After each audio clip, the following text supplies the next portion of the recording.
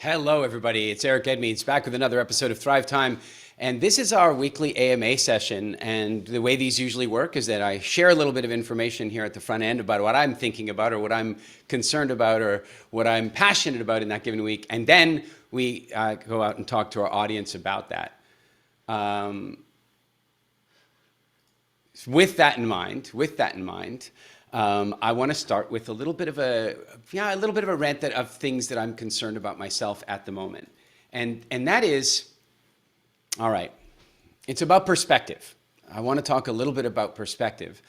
I really feel as though this opportunity here with COVID is a chance for us to have a number of really powerful perspectives. And so today, that's really where I would want to focus. That's where I'm going to add a little bit of a topic that I'd like to stimulate conversation. But as always, our episodes are basically ask anything you want. So we'll start off with my topic that I'm interested in this week, and then we'll see where our audience takes us. Welcome to another episode of Thrive Time.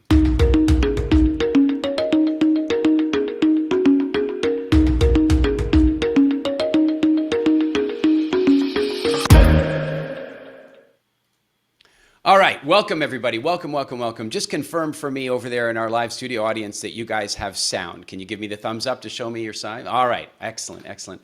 Nice to see so many of you with us today. And so today I want to have a very interesting conversation about perspective, and then we'll see where that takes us with our conversation with you guys.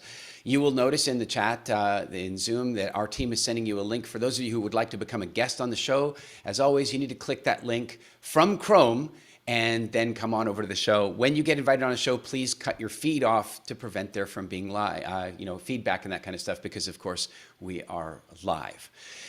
So let's talk about perspective, shall we? And what I mean by that is that we are living in something that has just never happened before. We're living through something that hasn't happened before. And, an observation I made about 2 or 3 weeks into this is I was like, wow, we've had some pretty big world events happen, but I would suggest that this is the biggest event in terms of its impact on individual people to happen on Earth since World War II. And so the question is, what are we going to learn from it? What are we going to gain from it? How is it going to impact our perspective? And so there's something that I've been thinking a lot about, and that's the environment. When this all kicked off 6-7 weeks ago, I started thinking a lot about health. And I released a video at that point about shoring up what I called your last line of defense.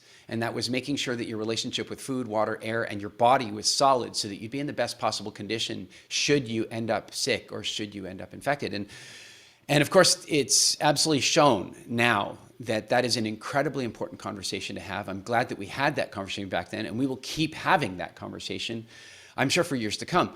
But here's the conversation I want to have today. First of all, I want to say something that might get me in a little trouble. It's a perspective that's not very popular, but I want to share it with you anyway. And that is that we have a narrative on our planet at the moment. We have a narrative in most of our cultures that what we consider to be the Aboriginal peoples of various continents around the world, we have this idea that they are somehow more in touch with nature, that they're better capable of living in balance with nature, that they love the planet more than, say, we do. And what I want to suggest to you is that that may be true.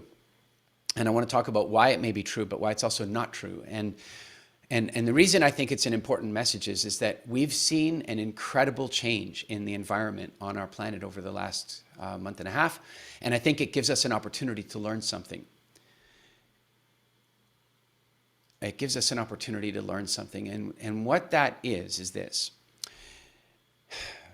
It's really important to understand that when people landed on every continent around the world, when they landed there, they found themselves in a continent full of incredible wildlife and incredible biodiversity. And as hunters, they immediately began to push many of those species into extinction. And, when they landed in the Americas, there were 11 species of elephants and dire wolves and saber-toothed cats. And every continent that humans arrived on, they very quickly obliterated the species that were living there. And they started, of course, with the largest animals, the megafauna. And so when we talk about the Aboriginal peoples of any given continent being naturally land-loving and naturally conservationist, I think we're over-romanticizing something that was a recent development. And I believe that it was a recent development on this basis, and that is that we had a circumstance where you had some people that had been living, say, in the Americas, and obliterating every large animal they could find, but doing it so slowly they didn't notice it. It took multi-generations. It would take 200 or 300 years, for example. And so they didn't see it happening, and so as a consequence of not seeing it happening, they were not empowered necessarily to do anything about it. No awareness, no action. And then all of a sudden, European settlers arrived in these places with weaponry that, really was much more advanced. And what that did is put us in a position where those people, the First Nations people, the Aboriginal people, saw ecological destruction at a speed they'd never seen it before. They'd been doing it, but they'd been doing it more slowly, and they'd never seen it before. And so now they were seeing it. And so if today they are more land-loving or more conservationist as a people than many of the rest of the world, it's only, I think, because of that perspective. And here's the deal. I think we have an opportunity to gain that perspective right now ourselves. And what I mean by that is that the environment around the world is recovering. It's recovering because we stopped driving so much and stopped flying so much, and factories have been closing down. And where I really began to notice this is that I'm very fortunate. I live in the Caribbean. I live on a beach, and that's where I'm doing lockdown. And so every morning I get up and I go for a walk on the beach. But I was really worried about the beaches here. I was really worried about the condition of the beaches, because every single day I walk out on the beaches, I find litter.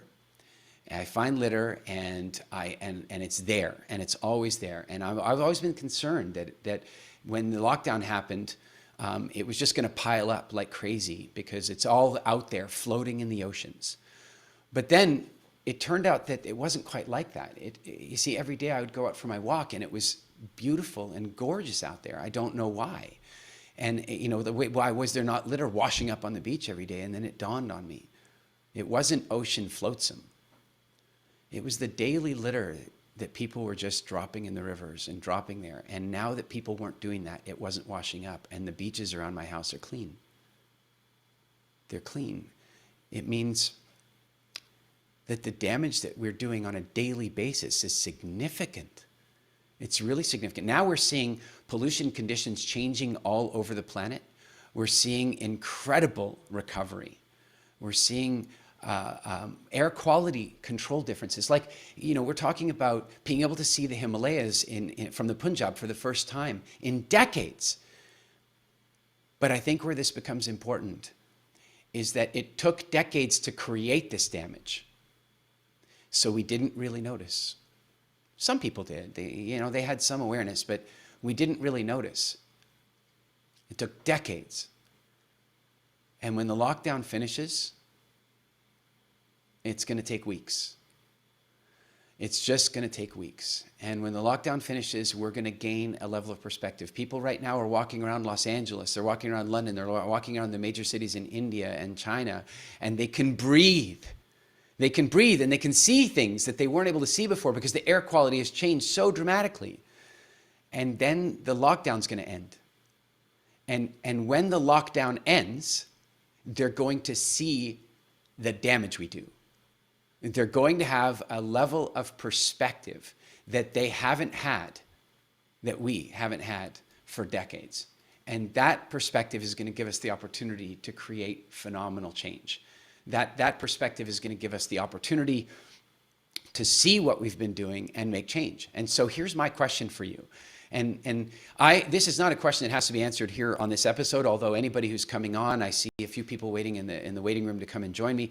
We can talk about this. We can talk about whatever you want to talk about. I just want to ask you this question. What do you think we can do? What do you think we can do to make sure that when the lockdown ends and we suddenly are hit with this perspective, that we can really begin to make some change? I want to know two things. I want to know, what are you going to do? Like, what are you going to do? And then what I also want to know is, what do you think we can do in a larger way, and how can we influence it together? That's the conversation that I'd really like us to be having now. And I'd like us to be having it now because when the lockdown ends and the air quality goes away and the pollution comes back and the difficulties begin and people with allergies are once again facing the reality of not being able to breathe properly, when we've got the perspective, when we've got that perspective, my question is, what are we going to do to make it different? What are we going to do to make that change? And so with that, I want to leave that thought with you. And then, like I said, we open the floor here to a town hall type discussion. It's very much an ask anything type situation. And our first guest that we're going to go to today is Harry. Harry's been a regular on our show, and it's really good to have you back, Harry. I just want to make sure that everybody can hear you when you come on. Harry, would you please say hello? And those of you in the audience, let me know that you give me a thumbs up when you can hear me. Hi. Hi. All right, they've got you, Harry. So jump in, and what have you got for us?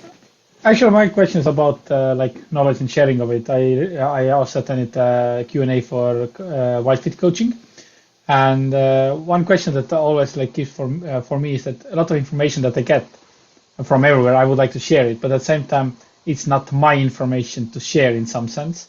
And like with the WildFit, I can know that when I'm doing the certification, then I kind of have a right to share that information. But at the same time, I want to share it before that, especially because I know that I won't be able to get the monetary value for this round of it. But I've already started coaching my mother in that sense, and so it's sometimes like difficult for me, like how to share information that's not mine, and especially if you want to do it in the coaching level when I actually ask money for it, then it's how do you, it's not my intellectual property in some sense. I think that's a very ethical, wonderful, honorable question to be asking. And I see some people asking the question really, really well, and other people not asking at all. And just basically taking other people's information and frankly, even taking credit for it. Now, here's one of the things is that, Harry, I don't know where you draw the line on original thought anymore. I don't know where you draw that line, like what was your idea and what was somebody else's idea. I am really sure that in my life, I have come up with some things that I consider to be original thought. There are certain things that we do in our WildFit programs. There's certain nutritional principles, certain food psychology principles that I consider to be completely original thought. But if I were to try to pretend that I discovered all of what is WildFit completely by myself, that I didn't rely on the research of others, that I didn't rely on the wisdom and life experience of others, well, then I'd be a fraud. And so you've seen me enough to know that when I'm sharing information that I got from somewhere else, my favorite thing to do is to give them credit for it. And you know what's really crazy about that? I see speakers on a regular basis, share other people's knowledge and not give credit. And I don't know what causes them to do that, but what I don't think they're realizing is that when you give credit, you make yourself more credible. When you give credit, you make yourself more credible. Anybody claiming to know everything doesn't know everything, and everybody knows they don't know everything. And so there's an immediately disingenuous, fraudulent feeling to the whole situation. But when somebody comes along and says, well, I learned this because I read this thing that Albert Einstein wrote, but equally I also was reading this other thing over here from Edgar Allan Poe, and that's where I arrived on this conclusion. And then what that does is it creates a sense that you are credible because you're willing to do research, that you're willing to go out there and learn. And so I think that if you give credit for the things that you're discovering, if you give credit for the things that you're learning, then you have the right to share those things with people out there in the world. Does that make sense? No, yes, it does. Good deal. And look, Harry, the other thing is that giving credit is obviously you have to draw the line. There are I remember at one point I gather that at one stage there was a conflict between Richard Bandler and Tony Robbins in the early days of the personal development world. And Richard Bandler had felt that Tony Robbins had taken the principles of neuro-linguistic programming, and apparently they had some kind of argument about it.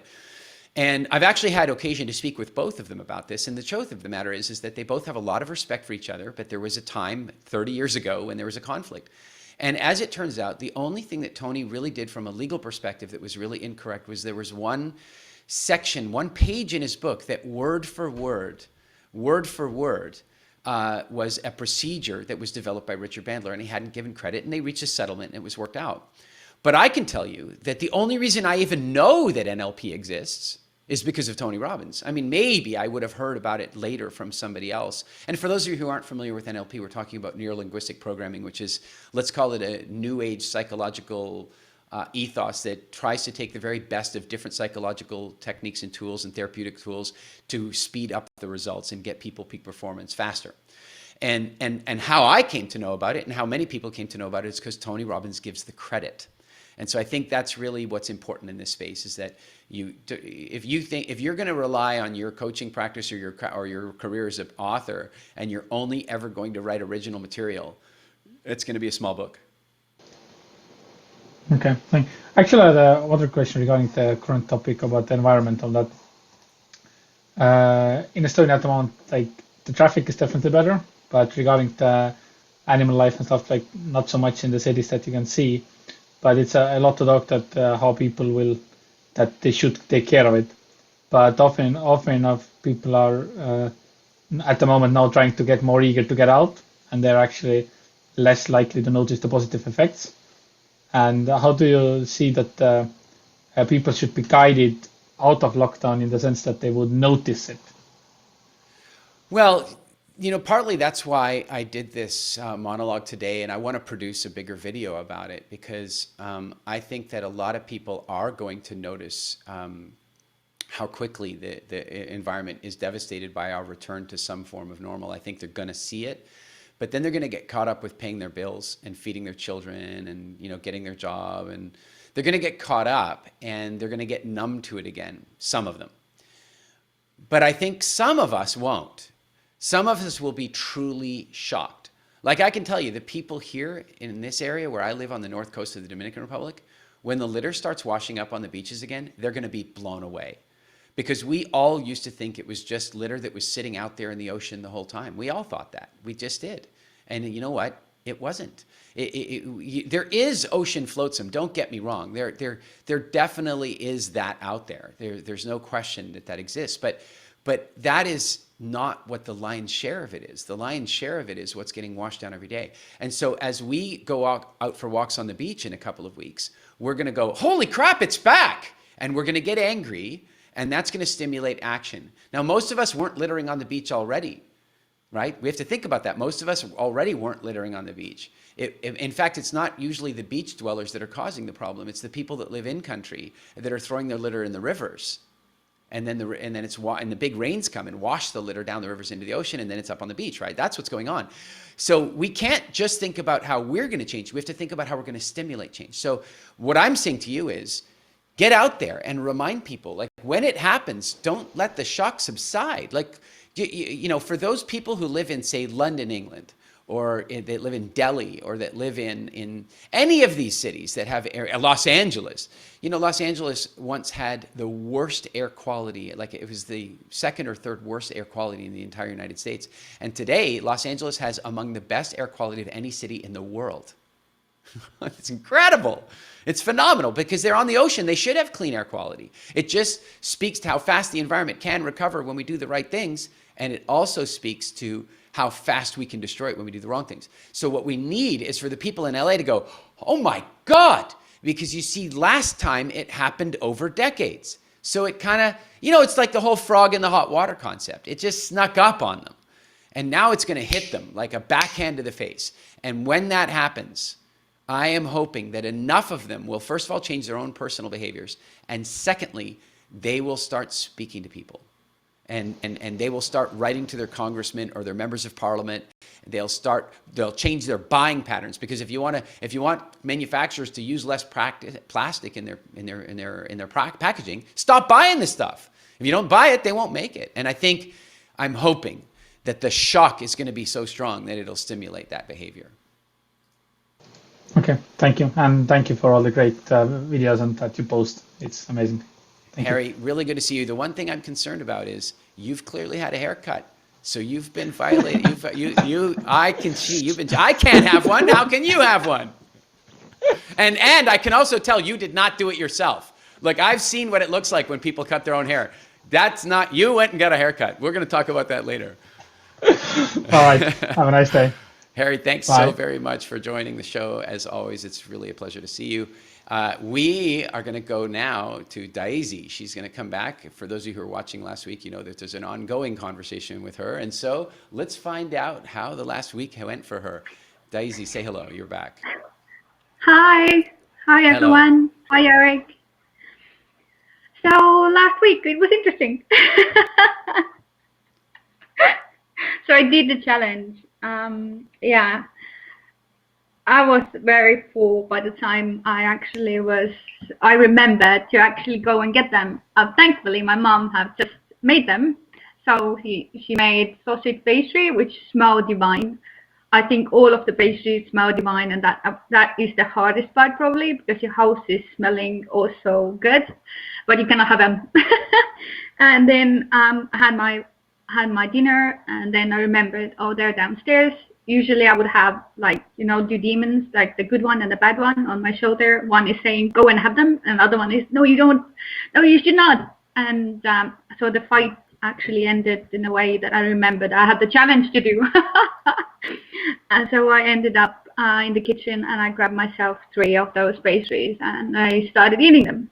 So that was an interesting situation, because the first one tasted like I would be eating wood or something, like a very dry thing. With every bite, I was feeling, in a sense, that I don't want it. And when I ended up with the second one, I was already thinking to myself, I don't want the third one, but I knew that I have to do all of the three.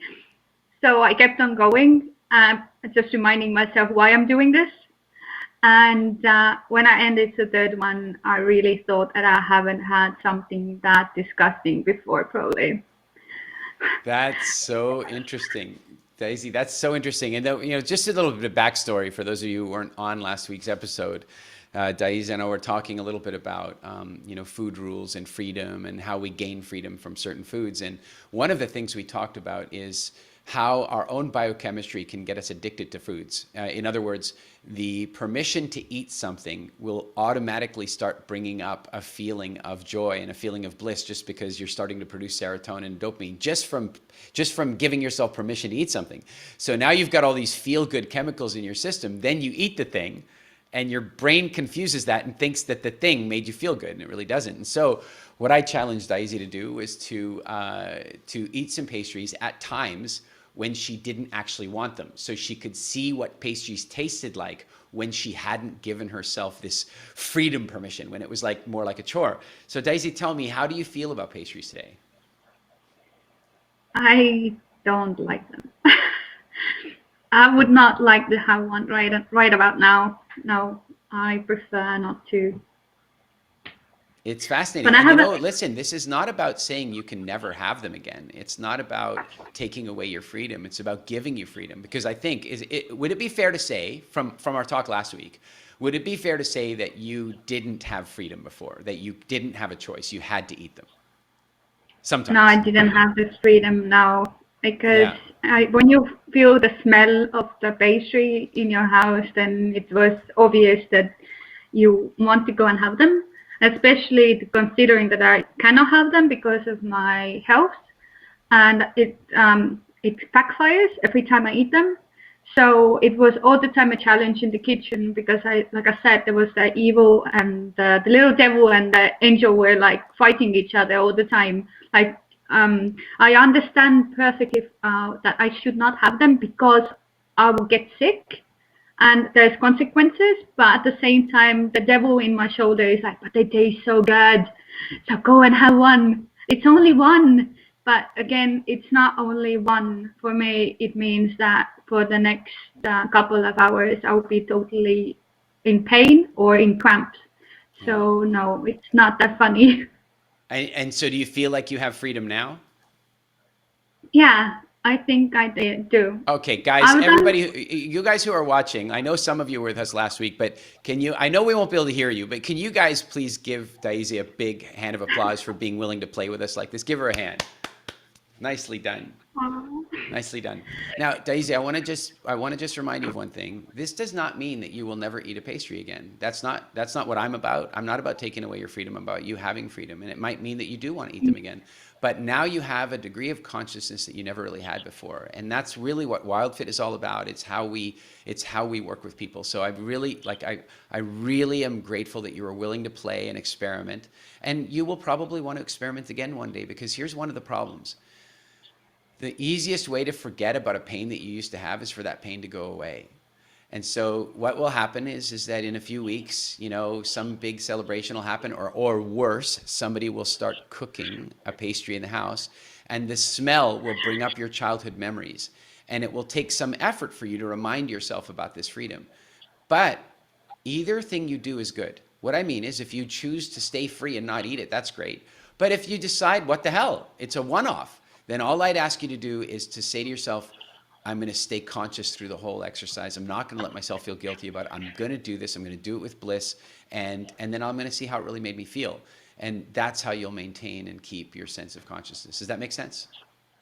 It does make sense. I've done a similar thing with sweets, actually, because I gave up lactose, gluten, and sugar in 2018. And then I was avoiding all kind of sugar and also chocolate, like most of those well-known chocolates which are out there in the shops. So I did the same trick just a couple of months ago when I went to the shop and bought everything what I have been denying myself. I bought the cookies or the chocolate, everything what I ever wanted. I just put them in a bag and I went home, started eating them. And now when I go to the shop, I'm like, no, no, no, no, no, because of the same reasoning. When you're really full of it and you feel like you don't want it anymore, but you still gonna eat it because I forced myself to eat them. But So Daisy, you need to be, one thing to really be aware of here is what you're talking about is something that one might call aversion therapy. It's where they're, trying to get you to have an aversion, and that is not what we did with you last week. Aversion therapy doesn't work. Occasionally it will. You made it work for you, but I'll prove to you that it doesn't work. I'll prove it to you right now. Here's what we're going to do to prove this. I would like to hear from the audience. What I'd like to hear is how many of you in the audience, raise your hand if this is true. You or somebody you know very well has ever drunk so much alcohol that they've been so sick that they've promised to never drink alcohol again. How many of you have known that person or been that person? Okay. How many of you know that that person still drank alcohol after making that promise? How many? Oh, look, aversion therapy doesn't work. It doesn't work. Now, in your case, it kind of did. You were lucky, but I would say that what we did with you is not aversion therapy. I wasn't trying to make you eat pastries so much that they made you feel sick. I was saying what we're going to do with you is get you to be conscious of eating the pastries without the serotonin in your system. And that's going to create a more powerful transformation for you. Just an important distinction that you gotta, what you really want to add is this recognition of the way the biochemistry works. Aversion therapy works in the short term. Somebody can eat so many candies. A lot of people had this. They go away, Halloween, and they eat a lot of, candy. And then for a few weeks, they don't feel like eating candy again. But then a few weeks later, they do. And so what we want to do is go that next level like you did this time around and did such a great job with it. So keep up the good work, Daisy. Thank you for coming back and giving us the update. I really, really, really appreciate it a lot. Thank you so much. Thank you, Eric. All right. Well, guys, that's a victory, isn't it? If we can just on one show get somebody to have freedom from pastries, I think that's a great jailbreak to have facilitated. I'm super happy about it. And now we're going to go over to Audrey. Audrey, you are live and you are on the show. Okay, good morning. Good morning. How are you? Good, thanks. Hey, wanted to start with a couple comments. I thank you last week for the recommendation. Got it. And Good deal. I'm in chapter 2, excited to learn more about that. And then a quick note on perspective. I thought it was interesting as all these interviews from you and other people have come up, and watching a bunch about body health, earth health, whatever, it struck me that people can do really simple things. What I distilled mine down to was the garden. The soil health, being able to it gets me out into the sun. So you get your sun, you get your hands in the soil to get those microbes, and you help learn how to rebuild soil, and anybody can do it, even in patio containers. So just little itty bitty things that anybody can do can come out of this, which I thought was cool. Yeah, go ahead. Oh, go ahead. I was just going to say, I think you're completely right. And one of the things that I've really noticed is that there are two types of people on Earth right now. And well, let's call it three. There's the type of people that are just drifting their way through the lockdown. My expression is they're using lockdown as summer camp when I think they should be using lockdown as boot camp. We know that whatever happens after lockdown is going to be different than whatever was before. We know that there's likely going to be some serious economic recovery required. We know that there's going to be erosion of civil liberties. We know that we're going to need some political activism. We are going to need to be different people when this is done. And so if we drift through the lockdown and treat it like summer camp, we're not going to be ready for what's next. But if we can really step up and use it like a boot camp, we can. And so what does that mean? It means recognizing that there are skills and ideas that we have now time for, that we can do. And I've had a few people go, oh yeah, but I've got my kids and I have to homeschool them. And I'm like, well, they should be gardening with you. That could be part of the homeschooling. You want to You want to teach them homeschooling? Show them how one plant can make 18 seeds and how many plants you can make from that. That's called exponential growth. So, Audrey, I think that the idea of getting people into farming, I saw a beautiful shot on Facebook this morning, and it showed a house before after pictures.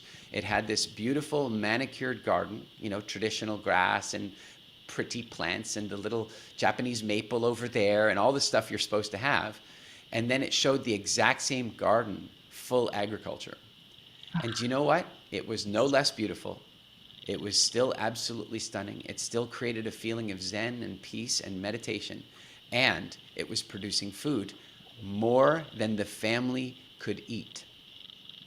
So I think that getting people out there, and getting them to get their hands dirty is a great idea, and I really am glad you shared that with us. Can you do one thing for me? Help me with this. So now we've got some people here. Like, how many of you in the studio audience live in a way where you just don't think gardening is all practical? You live in an apartment, or for some reason gardening. How many of you are in that kind of situation? A couple. It looks like about half. So Audrey, can you give them a little bit of tips? Like, if they wanted to do a little home gardening, maybe they wanted to grow some sprouts or something, like what could they do to kind of have a little bit of fun with that? Oh yeah, they talked about well, like I have a little light. If you don't have a windowsill, you can do a little light shelf, but just having a tray of soil that you grow microgreens in, just in a little bit of space, you can get a great nutritional boost on occasion. I'm playing a little bit with the whole cut and come again principle inside of harvesting my greens and then letting it sprout again and seeing how long it takes to do that. So it's been kind of fun to do that. And then just the little pots, herb pots. And it's been really interesting because I got one that has a bunch of bugs, but then in these presentations, they're talking about, well, a healthy plant's not going to have the bugs. So now I'm looking at, okay, what did I do to the soil? How am I growing it so I can make a healthy plant? There's just so much to learn, and it's a lot of fun. Good deal. Good deal. Guys, I had a really great conversation with a woman about 2 weeks ago, and she said she'd never before had been like green thumb or any of that kind of stuff. And luckily she had access to Amazon, but she managed to order a little like sprouting center, and she got some sprout seeds. And within a week, she was eating food she made, and it just charged her up so much. So I think, Audrey, what a great message. And incidentally, like, I'll tell you something else. Like, one of the changes that we need in the world right now is a complete overhaul of the way we think of food. It's only a couple generations ago that people were actually responsible for making their own food, for growing at least some of their own food. It's only now that we've like put our trust out there to the food industry and said, would you please feed us? Oh, come on, Nabisco, please. Coca-Cola, could you take care of me? Oh, come on, Post and Kellogg's, I really need your help. And by the way, how is their help working out for us so far? I would say to you, and this is a little controversial and a little harsh to say out loud, but I would say to you that the food industry is responsible for the vast majority of the COVID hospitalizations and deaths we're facing right now. That it's absolutely a broken food system that's causing that. So what if people did take a little more responsibility and start growing their own food? Never mind the fact that it's fun. So Audrey, thanks so much for coming on and sharing that message with us all. I really appreciate it. Yeah, thank you very much. You're welcome. Good to see you again. All right, yeah, guys, I will tell you that I quite like gardening and stuff, and it's funny. I now live in a place where the soil is super fertile and all that kind of stuff. And I'll tell you what, there's a piece of land just over here on the other side, away from the beach side, and my friend Gordon and I have been talking for years about setting it up as a farm, and so growing stuff and so forth. And a bunch of us in the community have gotten together to do that. Now, I haven't been in there with my soil, with my hands in the soil, as much as I like doing that, because I've now shot something like 30 episodes of this show, and I'm running. But I've contributed to the project, and I am going to go over and take a look at it. I'm going to go over and take a look at it, and I'm going to shoot some video. And so maybe I'll bring the video. I'll either post it on my Instagram account, so go check out my Instagram at Eric Edmeades, or maybe I'll even bring some of the footage to the next show. But this is an area that had no food growing on it, and now it's already beginning to produce food just in 6 weeks. So super, super exciting times. We're going to go to our next guest, and our next guest is Carlos. Carlos, tell us where you're from. Say hello. Oh, but Carlos, we can't hear you for some reason. We're not Here we getting go. sound. Oh, there we Can you go, hear me? Carlos. Well There, done. yes. Okay. Hi. I didn't think I was going to get on, so I'm a little surprised. Anyway, I'm from Edmonton, Alberta, Canada, and so we're just kind of getting into spring, so things are kind of dead and a little bit alive in this kind of mucky spring that we have, but things are going well. Thank you for everyone for sharing. Thank you, Eric.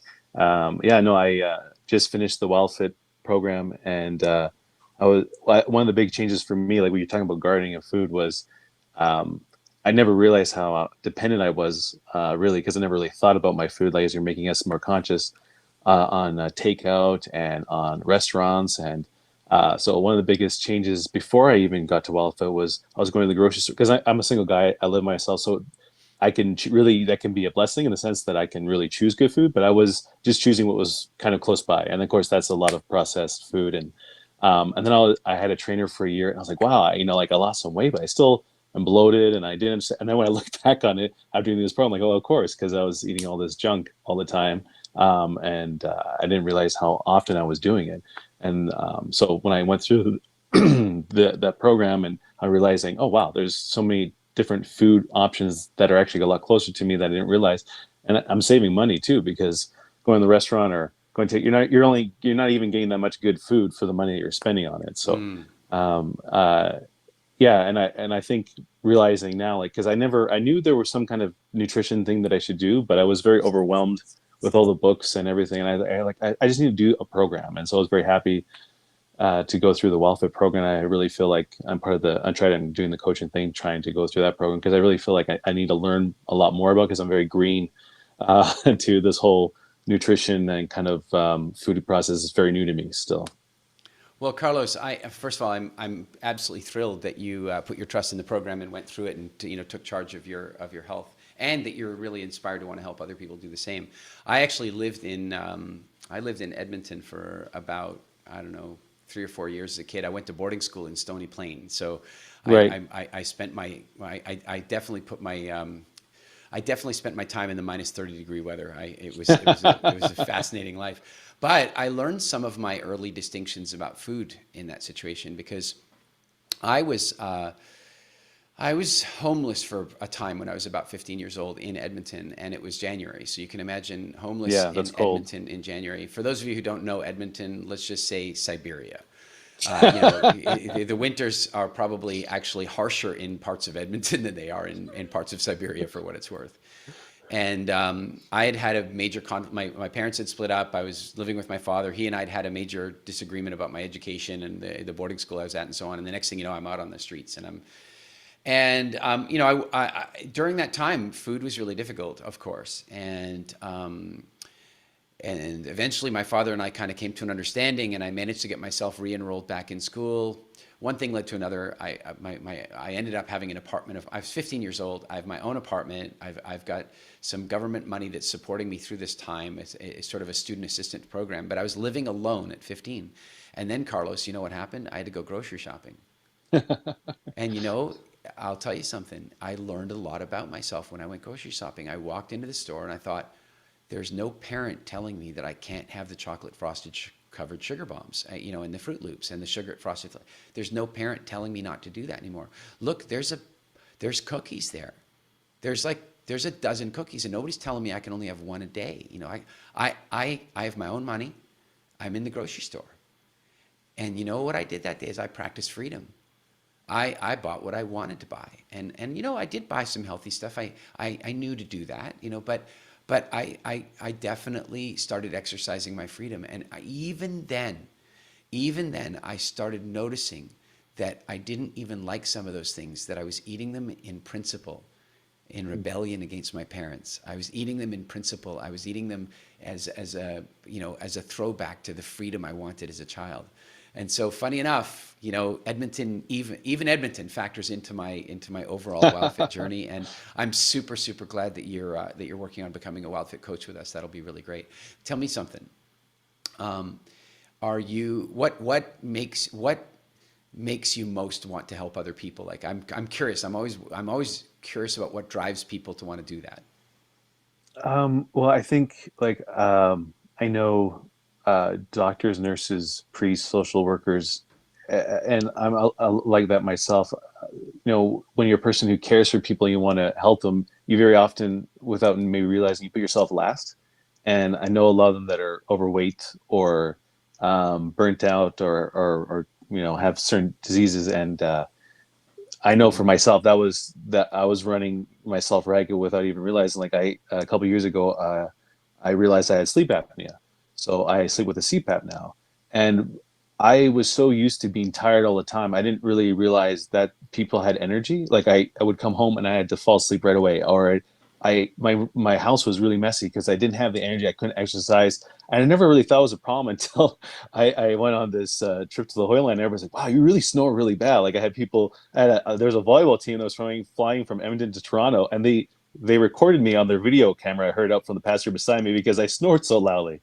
And then my Oh poor no. roommate, when I was in Israel, he couldn't sleep in the same room as me. He had to go in the next room because he said, "You snore too loud." I'm like, okay. And my brother recently, he's a physician, and he couldn't finish his drive from a town just south of Calgary back into town without taking a nap.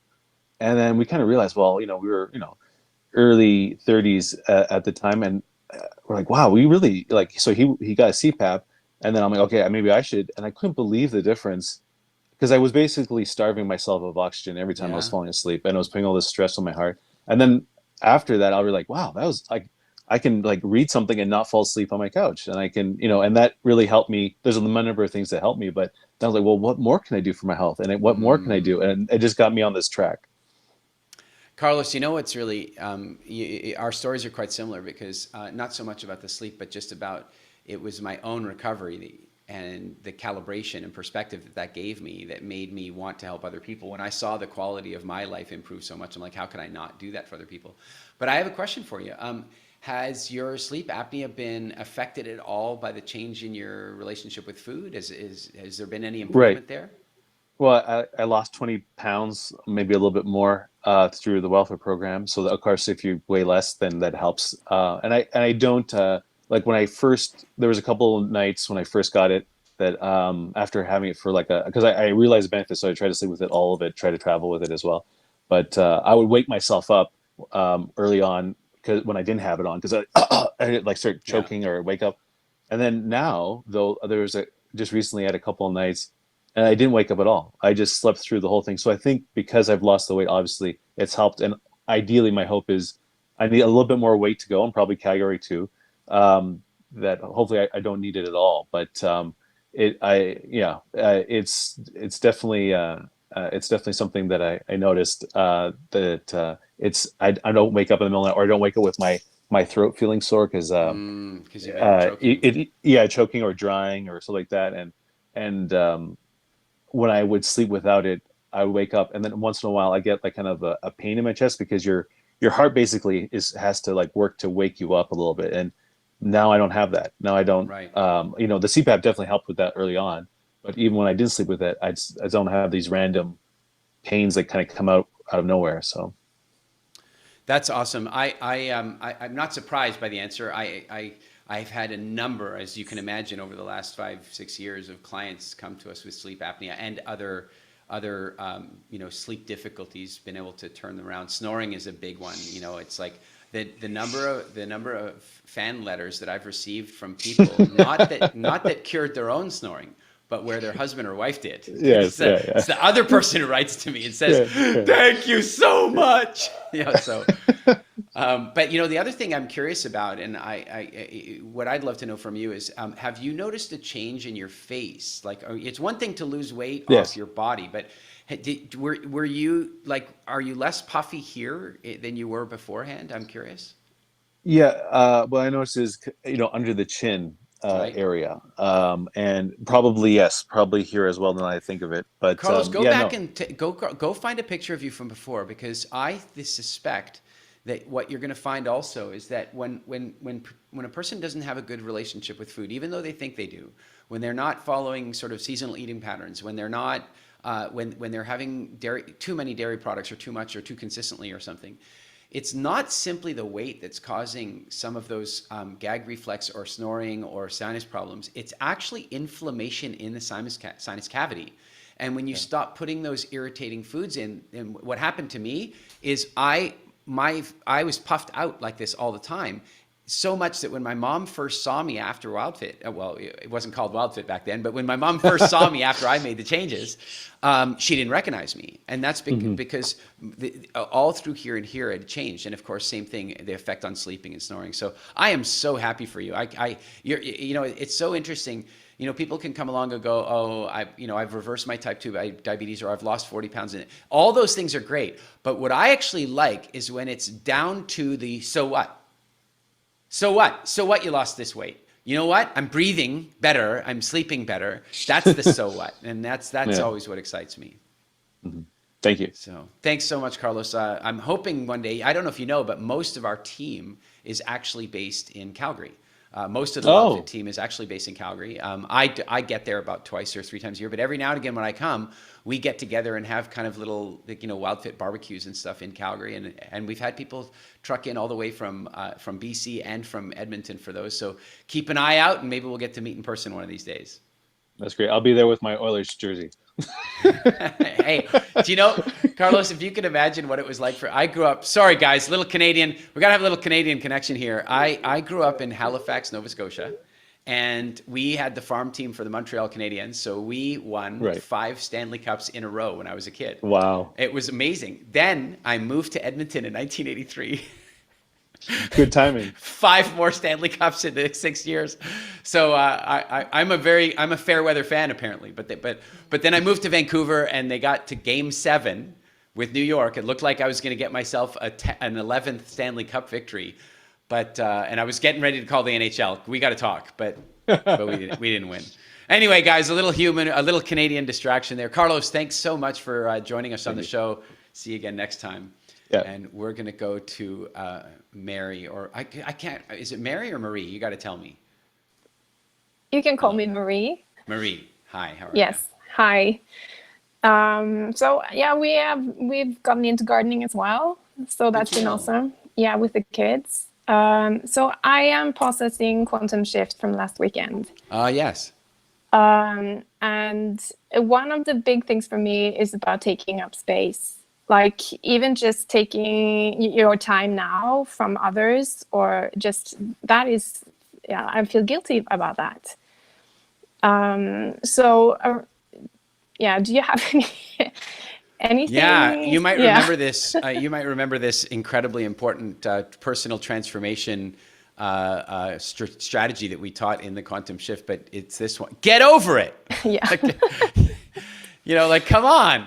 Now let's talk a little bit about it, because, by the way, I'm going to prove something to you real time here. How many of you have ever felt that way? How many of you ever felt that way? Oh, look at that. It's like probably 50, 60% of the audience feels that way. And so, wait a second now. How many of you feel that Maria asking this question and us having a dialogue might be helpful for you? How many of you feel her question might be helpful for you? Oh, look. So, do you see the problem? Yeah. Do you see how your question answered itself? Yeah. You see, that's how life is. You are meant to be wherever you are. However it was perfect.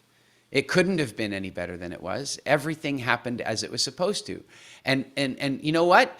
That's not like strictly true in the sense of what we want. Like if something bad happened, yeah, it could have been better. Really? Could it? Could it have been? Because I know there's some absolutely weird, terrible, awful things that happen to me that if I were to try to go and delete those things, I wouldn't have the quality of life that I have today. So what I'm trying to say to you is that everything is as it's supposed to be every moment, and you're supposed to be where you are. And so when you have a question and you come on this show and you feel guilty that you're displacing somebody else's question, and by the way, there's so many people that would have questions and you took the last spot. I mean, how selfish could you be? Look at that. I'm triggering her on purpose. Okay. But here's the thing. Even if that were true, your question and your answer are valuable to other people. How many of you needed this reminder that you belong? How many of you needed to know that when you need to speak, you need to speak up? You got to do it. You're not only, Marie, are you robbing yourself of the possible answer or the life experience or the thing that you need, but you're robbing the other people of it as well. And by the way, I realize that you don't always have a live audience watching your whole life. I get that. But the fact is that you are constantly, always, and consistently developing life experience. And so if you hide in the shadows and you don't put yourself out there, you're robbing yourself of life experience, which means you're not providing an inspiration to other people, and you're also not providing yourself with life experiences that are going to help you to inspire other people. So, you know, what I want to say to you is, I have proof that you are magnificent. I do. I have proof of it. I have absolute proof that you're magnificent. You are statistically unbelievably unlikely as a human being. First of all, every single particle in your body used to be in the middle of a star, and not all of them were in the same star. Consider that, right? I mean, just that. Like every part, you are stardust, and every part of you was off in some star everywhere, and it's very unlikely that they all came from the same star. So can you imagine the journey that you've gone through to assemble yourself in this present reality? It's incredible. Now, if that's not enough for you, I also want to point out for you that when your parents conceived you, your father produced, I know it's a little off, your father produced 300 million sperm. 300 million of them, and one made it through, unless you have a twin. One made it through. One. By the way, I want you to just consider this for a minute. Those are the same odds of becoming president. There's 300 million Americans, right? Like, frankly, you know, you are an unlikely human being, an incredibly unlikely human being. But now let's take it a step further. Not only did your parents have to pick 1 out of 300 million, but their parents did, which meant that it took two people, both 1 out of 300 million, so 2 out of 600 million, to create. I mean, you barely, like, the chances of you existing are like somebody winning the lottery every day for a year. That's how unlikely you are. And just to finish this point for you, just to really finish it for you, how many parents do you have? 2. Okay, good. I know these days it can be different, but most of us genetically have 2 parents, right? And so hold on a minute. That means that 1 generation back you had 2, right? And then 2 generations back you had 4 grandparents. And 3 generations back you had 8. 16, 32, 64, 128, 256, 512, 1,000. 10 generations ago, you had 1,000 great-grandparents, each of whom were a 1 in 300 million shot. Each of whom lived through circumstances so much scarier and so much more dangerous than anything we have ever imagined. We're talking about large animals and tribes and famine, and they lived through the toughest times ever, 1,000 of them. And if 10 generations isn't enough to convince you how special you are, let's go back to the 11th generation, 2,000, 4,000, 8,000, 16,000, 32,000, 64,000, 128,000, 256,000, 1 million. 20 generations ago, 1 million people began assembling your DNA. You belong. You belong because you do. And the only person who doubts that is you. And so, get over it. Yeah, but it's not that easy. And You know, also but just it being kind too of is special that can easy. be hard as well. What's that? Just being too special as well. Like, so when I do put myself out there, I feel like either people disconnect because it's too different, or they look at me as I'm an animal in a zoo or something. Well, let me ask you something. First of all, remind me, where are you? You're I'm in sort of Norway. Scandinavian. Yeah, there we go. You're in Norway. And so you have Jantala. Yeah. For all of you who don't know, she lives in Jantala country. And Jantala, basically, the laws of Janta are well, let's say they're unique. They basically are a set of laws that are sort of adopted into Scandinavian culture in a sense, which is funny enough because they shouldn't be. And I'll describe why that is in a minute. But the funny, basically the laws are like this. And by the way, Marie, you can correct me if I get any of these things wrong. But if I understand correctly, we're talking about you are not supposed to think you're special. You are not to think that you're as good as we are, whoever it is that made the laws. You are not to think you are smarter than we are. You are not to think or imagine that you are in any way better than we are. You are not to think that you know more than we do. You're not to think that you're more important than we are. You're not to think that you are good at anything. You are not to laugh at us. You are not to think that anyone cares about you, and you are not to think that you can teach us anything. That's the Yanta sounds laws. about right. Those are the laws, right? And so what's interesting about those laws is that Yanta is a fictional place that never existed, and basically the whole story takes place in a fictional place. And here's what's really crazy. When Yanta, basically what happened is the protagonist, he's in the story, and he walks into this little Scandinavian town, and he sees the way people are behaving. He sees the way people are behaving, and he goes, "These people are weird. It's like they're living to some set of strange, unwritten laws that say these things." He wasn't saying these are laws. He was saying that these laws appear to exist in society. But then somehow they did end up kind of getting picked up, and they do kind of exist in the Scandinavian culture. And by the way, you shall not think you're special, Scandinavia, because the Australians have it too. They call it tall poppy syndrome. They have it called tall poppy syndrome. And the way that one works is that if you think you're special, if you think you can teach others, if you think you know more than others, you're sitting at the bar with your friends, and then you go off to the bathroom, and your friends in Australia will all turn around and they go, we got to cut him down to size. Because it's a tall poppy. We got to cut him down to size. It's like we have to. Now listen to me. I once wrote years ago, because by the way, you never thought you were going to come on a show with a Canadian and learn more about Yanta law, did you? That's a weird feeling. Like, what? How do I? But it's because I've done a lot of touring in Scandinavia, and I was fascinated by this. And so one day I wrote, this is about 4 years ago, I wrote Eric's anti-Yanta laws. And they were very simple, the anti-Yanta laws. They were very, very simple. They were, you shall think you are special. You shall know that you are as good and better at us at a great many things. You shall know that you are smarter than us in several different areas. You shall imagine that you are better than we are in many great things. And I wrote this whole anti-Yanta law thing. And then I published it on Facebook. And you know what happened is I published it on Facebook, and this one woman wrote, because I published it with the Swedish flag at Jantaloven, Jantalagen, I can't remember the exact, but I published it with the Swedish and the Norwegian and the Danish flag. And she wrote from Denmark, and she goes, well, you can take the Swedish flag and the Norwegian flag off it because Jantala is Danish. So I wrote back to her and said, you shall not think you are special. Now listen, what I'm trying to say to you is that every country has this. And every country continues to perpetuate it. Even England has it. Even England has it. I shouldn't say even England. England, they have it in special terms. By the way, I heard a friend, I saw this on Facebook the other day. This guy says, I don't really understand this social distancing thing in England. I don't understand it. They're telling us we should stand 2 meters apart from each other. Why would I want to stand closer to people than I usually do? But in England, they have their version. It goes like this. If you start talking about some great thing you've achieved, oh, I won some awards, or I went on vacation in Africa, then this is their version. They go, oh, it's all right for some people.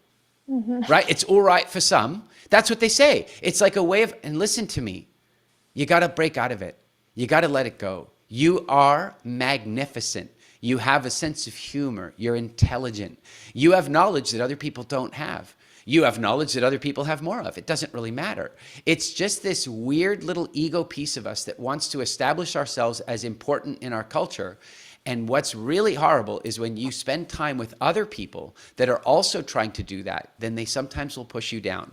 My guess is that there was at one point somebody quite powerful in your life that had a way of making you feel small, that maybe sometimes told you, think before you speak, or your children or women should be seen and not heard, or something like that. Has there been a little bit of that? Not my dad, but maybe in school. Yeah, I mean, when it's a dad, holy cow, it can go deep. But it can often be a teacher. It can often be other students that we went to school with. But I want to know something. Do you ever have these moments where you just go, I'm special? Yeah. Yeah. And then is there a little voice sometimes that goes, yeah, but keep that to yourself? Yeah. Stop it. Like, just stop that. Like, just stop it. Look, I'm not saying you got to walk around and go, I am amazing. I'm not telling you you got to go out and make other people feel small or any kind of stuff. But here's the thing. You do not help other people by holding yourself back. You don't do that. Like, you know, I notice that there are times, listen, Maria, I live an incredibly blessed existence. I really do. I mean, I have my down days and I have things that don't go the way I want. I've got a great many personal things even now that I'm going through that are less than pleasant. And that happens in my life. But I do get that I get to live a blessed existence. I live in a wonderful place. I live with a level of economic freedom that many people don't. I have incredible friends around me and so on. And I also, every now and again, have these moments of like, oh, I should bring myself back into check. But sometimes I have this feeling like, do I really want to share this story in my Instagram, or do I really want to share this story around the dining room table because it might make other people feel small? And then I realize this.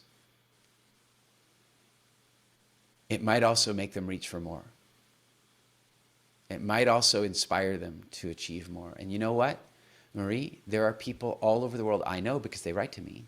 There are people all over the world that have grown their businesses, have turned their health around, have transformed their quality of life because I was willing to share. And I just put the same thing to you, that the best friendships and the best life you're going to live is going to come from you allowing yourself to be the fullest expression of yourself, allowing yourself to be the best version of you, and allowing yourself to, listen, I know, I can tell just looking at you that you sometimes leave a party or leave a table and you're like, you leave with a list of things that you wish you could have said. Is it true? Yeah. I want you to say it. I want you to stop being selfish. Because seriously, it's selfish to not say it. You think it's selfish to say it, but it's not. It's selfish to not say it. It's selfish to rob people of your life experience. Now, listen, there are people that go too far. There are. But frankly, I don't think you're in any danger of that. No. And then my last question would be about sharing the knowledge. When do you know you're ready to actually share something that is profound to you? I think it's easier now than it used to be.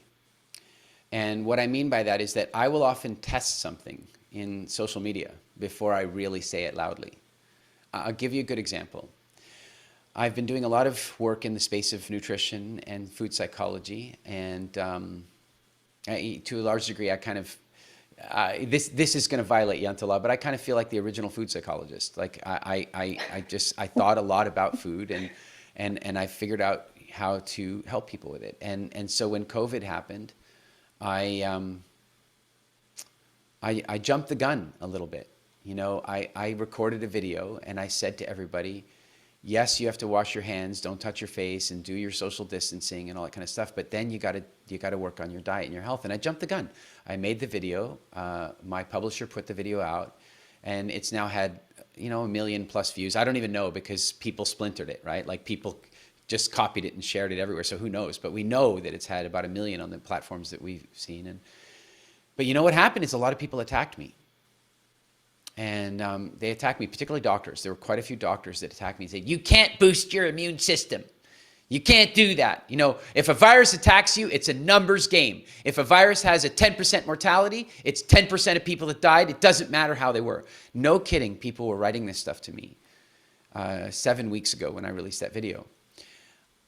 Obviously, our understanding has changed in the last 7 weeks, and now we are absolutely clear that your relationship with food has everything to do with your experience of COVID-19. Like, that's just the way it is. You virtually can't even die of COVID under 60 years old unless you're obese. You pretty much have to be obese to die of COVID under 19. Or there are a couple of other ailments, but it's largely obesity. And so what I'm saying to you is that time I jumped the gun a little. The public wasn't quite ready to hear what I wanted to say, but I thought it was worth taking the risk, and I did it. And I'm okay with it. And by the way, some of those doctors that don't have their egos shoved so far up their nose that they're lost, that some of those doctors have written to me and apologized. They've written to me and said, you nailed it. You nailed it. You were the first one to say it. It was about food all along. But then, here's another example. About 3 weeks ago, I was talking to people about COVID, and I said, you know, it seems like lifestyle diseases are what's going on. And suddenly I had this blinding moment of clarity that lifestyle diseases is the wrong way to say it. I don't agree with that expression at all anymore. I suddenly realized that lifestyle diseases is a phrase that the food industry and the governments around the world have been using to shift the blame for their disastrous food production, food marketing, food manipulation, food regulation, food lobbying, for their disastrous policies. That's, if we call it lifestyle diseases, we can move the blame onto the consumer. And I thought that for a second. I thought, wow, that's a controversial thing to say. So do you know what I did? Just posted it on Facebook, limited audience, just lifestyle, and I posted it. And then I look at all the feedback that I get. And then I judge how I need to refine the argument. What more research do I need to have? Like, people come along and they shoot it down or whatever. And so I think that the minute you're curious about something, you have the right to start sharing. But you start by asking questions. And then you move to postulating, you move to sharing theories. And then when you're ready to share your facts or your theories like you think they're facts, then you do that. But you don't wait till that last stage. Because if you wait till the last stage, you actually don't know if you're right. You find out you're right by being willing to debate, by being willing to have conversations. But I'm thinking more about being ready to share your personal stories. Like, not if the world is ready for your story, but if you are ready to share something that is important. That's a very good question. So again, what I would put to you is that on one level, I want to be responsible when we think of psychology here, and that is that if you have a story that's really unfinished for you, like there's still a lot of therapy needed, there's still a lot of deep work. Well, one of the ways you know is the story still completely running your life? If the story is still completely running your life, it's unresolved. Mm-hmm. And what I would say to you is, in that case, you probably do want to be a little bit careful about, am I ready to take that story out to the public? But you know what I can also tell you? For many people, I'm not suggesting everybody do this. Please hear me. I'm just talking anecdotally here. But for many, many people, sharing their personal story was the cathartic release they needed to let it go. In fact, at our Speaker Nation programs at Speaking Academy, one of the things that happens is we don't ask them to do this, but a lot of times people will bring out personal stories of times when they were, you know, one of our guys, one of our top guy, one of the guys who actually won one of our speaking academies, he brought out a story where he had been really terribly abused by some members of a sports team he was on when he was a kid. He was. I don't even want to say what happened to him. It was just so unpleasant. And he had begun the healing process of it, but it wasn't until he shared the story that he was actually able to heal from it. Once he shared it and purged it. I'm not recommending that for everybody. I'm not. I'm just saying for some people it can be that way. And so I am and then here's the other thing that I really want you to get, and this is maybe my biggest message about stories, is that whatever it is in you that holds you back from sharing the story, I want you to ask yourself this question. Is the potential pain that I might experience by sharing this story, the potential shame, pain, embarrassment, whatever it is that potential pain more important to me than the pain I might help somebody else heal by sharing the story? Is the pain I might experience sharing the story more important to me than the pain that I might help somebody else release by sharing the story? And then you have to realize it's not somebody else, it's all the other people. You see, these days you can record a video on YouTube and the next thing you know, 50 million people can watch it. And what I'm saying is there are times when I've shared personal stories of mine that were difficult for me to share. And then people have written to me afterward and said, I so appreciate you sharing that with me. It has changed everything about my perspective. It will never be the same again.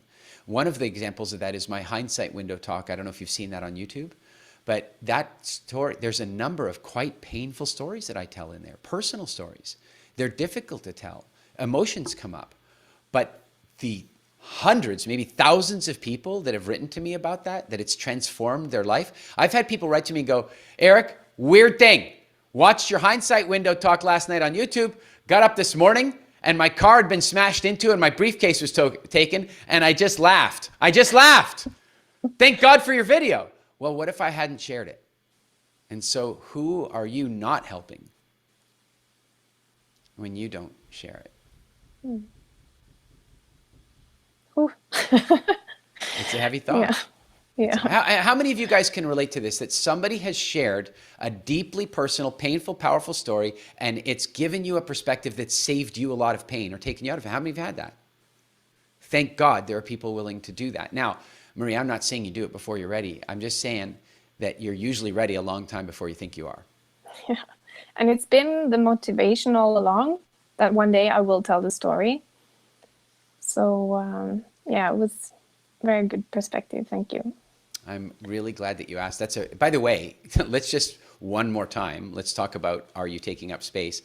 Guys, how many of you feel like this has been and by the way, I want you to do it with like a scale of 10. How many of you feel like this was a deeply important conversation for us to be having, for you and everybody else who watches? Oh, Marie, it looks unanimous. It looks like it's 10s across the board. And so thank you so much for being willing to share that. I really, really appreciate you doing that. Thank you so much. Thank you. Thank you All so right, much. guys. Thank you so much, Marie, for being on the show. And for the rest of you, I want to thank you guys for participating with us, for bringing us great content. I want to remind you of my entry message for you here, and that is that we really are living in a very, very fascinating time. We really are living in a time when we have an opportunity to completely change our destiny on an individual basis, and we have the ability to change our destiny on an ecological basis. And when that is going to happen, it's almost like this. Let me just say it like this. In Africa, the impalas and the springboks and the wildebeests and many of these animals, they have a breeding season, and they breed during that breeding season over the space of several weeks. But somehow they drop their babies on just about the same day. They do, because they waited for the rains to come. The rains indicate to them it's time to have the babies. Why am I telling you this? Because I want you to know that when the pandemic ends and you watch the ecology degradation take place around you, that's the time to be reborn as an eco-warrior. That's the time to be reborn as somebody who really makes a difference. That's the time to go, I will not buy water in a plastic bottle anymore. I will get myself a refillable water. I will buy water in glass bottles. I'll do my very best. I will buy the most environmentally conscious vehicle that I can. I will make sure that my home is as environmentally friendly as possible. And I will also support legislation that supports the environment. And that I will make sure that I vote against any politician at all that is not putting the environment as one of the highest priorities. Any politician who prioritizes the economy over the environment is a problem for our future and the future of our children. So with that call to action, know that when the lockdown ends and the air quality changes, that's our time to be reborn. That's our time to be ready to really take the battle on and make a real change happen on Earth. Thank you guys all so much for attending yet another episode of Thrive Time. I will see you again for our Ask Anything episode next week at the same time, and other episodes will be released throughout the week. Thanks again for being here.